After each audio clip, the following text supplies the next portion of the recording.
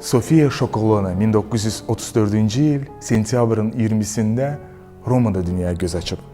Onun anası Ramilda mühafizəkar ve o cümleden güzel bir hanım idi.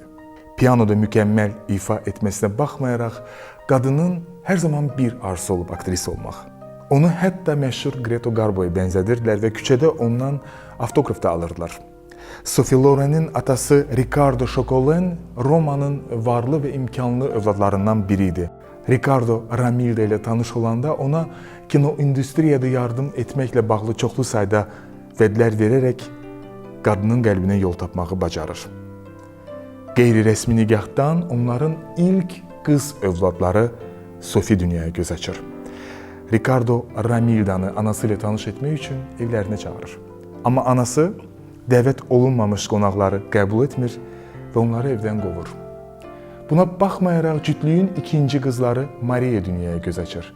Ricardo öz ilk qızı Sophie Loren'e soyadını versə də, amma Maria bunu verməkdən imtina edir.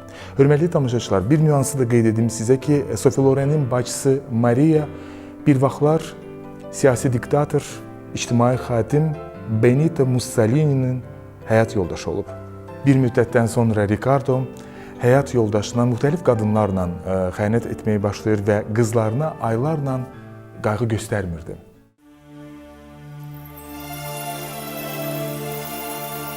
Günlərin bir günü Ramilda iki qızını götürərək Romanı tərk edir və şəhərin yaxınlığında yerləşən Pozzoli şəhərinə gəlir.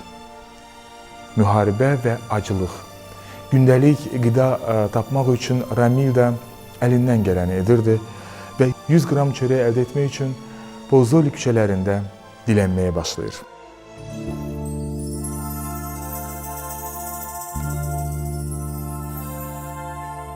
Onu da qeyd edim ki, kiçik yaşlarında Sophie Loren çirkin ördək balasına bənzəyirdi. 14 yaşında qızcığazda yavaş-yavaş ecazkarlıq yaranmağa başlayır. Hətta gözəllik müsabiqəsində ikinci yerin qalibi olmaqla hər kəsi təəccübləndirir. Təbii ki, qalibi mükafatlandırmaq üçün onu səhnəyə dəvət edirlər. Loren səhnədə mükafatlar arasında məişət əşyalarını görəndə gülüşünü saxlaya bilmir. 5 topa divar kağızı, rəng boyaları və Roma'ya 2 nəfərlik bilet. Əlbəttə ki, Loren bu fürsətdən istifadə edərək anası ilə bərabər Roma'ya gəlir və məşhur Cinecittà kinostudiyasının qarşısında kütləvi səhnələrə çəkilməkdən ötürü sınaq çəkilişlərinə qatılmaq üçün saatlarla ayaq üstə dayanmalı olur. Və nəhayət Sophie'nin növbəsi çatır, onu qəbul edirlər. Amma münsiflər aktrisaya foto hekayələrə çəkilməyə məsləhət görürlər. Ecazkar baxışlarıyla və füsunkar gözəlliyi ilə hər kəsi valeh edən Sophie Loren özünü foto hekayələrdə yox, böyük kinoda görürdü.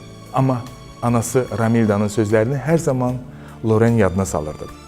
Əgər sən gözəlsən və o cümlədən yoxsul ailədən çıxmısansa, kinoyu çəkilmək istəyirsənsə, xarici görünüşündən, simandan mükəmməl istifadə etməyə bacarmalısan.